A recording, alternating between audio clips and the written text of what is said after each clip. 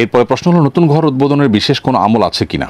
উত্তর হলো, আমরা যখন নতুন কোনো ঘরে উঠব, নতুন কোনো দোকান বা নতুন কোনো অফিসে উঠব, সেক্ষেত্রে সহিহ মুসলিমে খাওয়ালা বিনতে হাকিম রাদিয়াল্লাহু তাআলা আনহা বর্ণিত একটা হাদিস থেকে একটি আমলের কথা আমরা জানি। সেটি হলো নবী সাল্লাল্লাহু আলাইহি ওয়াসাল্লাম বলেছেন, তোমাদের কেউ যদি কোনো নতুন জায়গায় উঠে, তাহলে কোথাও কোনো নতুন জায়গায় গিয়ে উঠলে সে যেন পড়ে আউযু বিকালিমাতিল্লাহি তাম্মাতি মিন শাররি মা খালাক, আউযু বিকালিমাতিল্লাহি তাম্মাতি মিন শাররি মা খালাক। যার অর্থ হলো, আল্লাহ রাব্বুল আলামিন যত ক্ষতিকর বস্তু সৃষ্টি করেছেন সেগুলোর ক্ষতি থেকে আল্লাহর কাছে আমি আশ্রয় চাই।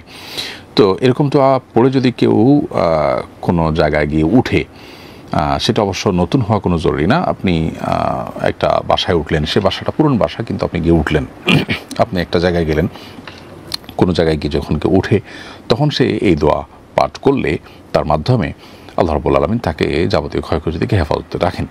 এছাড়া সূরা কাহফের 39 নম্বর আয়াতে দুই ভাইয়ের যে ঘটনা তার আগে পরে আয়াতগুলোতে বর্ণিত হয়েছে, সেখানে আমরা দেখতে পাই যে আল্লাহর নেয়ামত দেখার পর, বাগান দেখার পর মাশা আল্লাহ লা কুওয়াতা ইল্লা বিল্লাহ এটি পাঠ করার অনুপ্রেরণা দেওয়া হয়েছে। ঠিক একইভাবে আনাস রাদিয়াল্লাহু তাআলা বর্ণিত আরেকটি হাদিসও পাওয়া যায়, যে হাদিসেও আল্লাহর কোনো নেয়ামত পাওয়ার পর সেক্ষেত্রে মাশা আল্লাহ লা কুওয়াতা ইল্লা বিল্লাহ পড়ার জন্য উৎসাহিত করা হয়েছে। অতএব আমরা যদি নতুন ঘরে উঠি, যেটা আমাদেরকে অভিভূত করে, আমাদেরকে মুগ্ধ করে, তাহলে সেক্ষেত্রে আমরা মাশা আল্লাহ লা কুওয়াতা ইল্লা বিল্লাহ পাঠ করতে পারি। আর এই দোয়াটা পাঠ করতে পারি, আউযু বিকালিমাতিল্লাহি তাম্মাতি মিন শাররি মা খালাক, বিসমিল্লাহ বলে সেখানে প্রবেশ করব। এর বাইরে নতুন জায়গায় উঠলে মানুষ সাধারণত বিভিন্ন রকমের ভুরি ভোজ ইত্যাদি আয়োজন করে থাকেন, মেহমানদারি করেন আনন্দিত হয়ে। তো সেটা একান্ত মুবাহ কাজ, আর আমল হিসাবে এই দোয়া আল্লাহ তাআলার কাছে নিবেদন করা যেতে পারে। এরপরে প্রশ্ন হলো, কোনো বিধবা নারী ইদ্যত অবস্থায় ছেলের বিয়ের জন্য মেয়ে দেখতে যেতে পারবেন কি না? যদি বিকল্প পথ থাকে তাহলে তার সে কাজটি করতে হবে। ইদ্যত অবস্থায় স্বামীর বাসা থেকে বা যেখানে তিনি ইদ্যত পালন করছেন সে জায়গা থেকে একান্ত নিরুপায় না হলে তিনি বের হবেন না।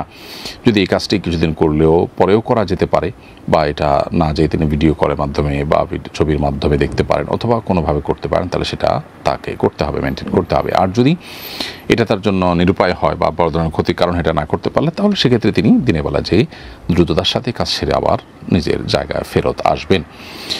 এরপরে প্রশ্ন হলো, ছাগলের পরিবর্তে ভেড়া দিয়ে আকিকা করা যাবে কিনা? উত্তর হলো হ্যাঁ, আকিকা ছাগলের পরিবর্তে ভেড়া দিয়ে করলেও আকিকা আদায় হয়ে যাবে।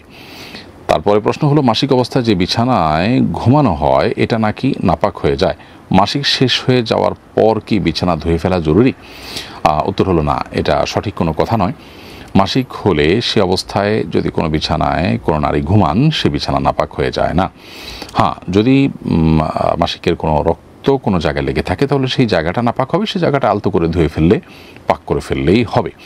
আর যদি কোনো রক্ত বা নাপাক কোনো কিছু না লেগে থাকে কোথাও, তাহলে সেক্ষেত্রে শুধুমাত্র মাসিক অবস্থায় তিনি ঘুমিয়েছেন সেজন্য এই পোশাক নাপাক হয়ে যাবে, মাসিক অবস্থায় তিনি পরিধান করেছেন সেজন্য নাপাক হয়ে যাবে, ব্যাপারটা কিন্তু সেরকম না।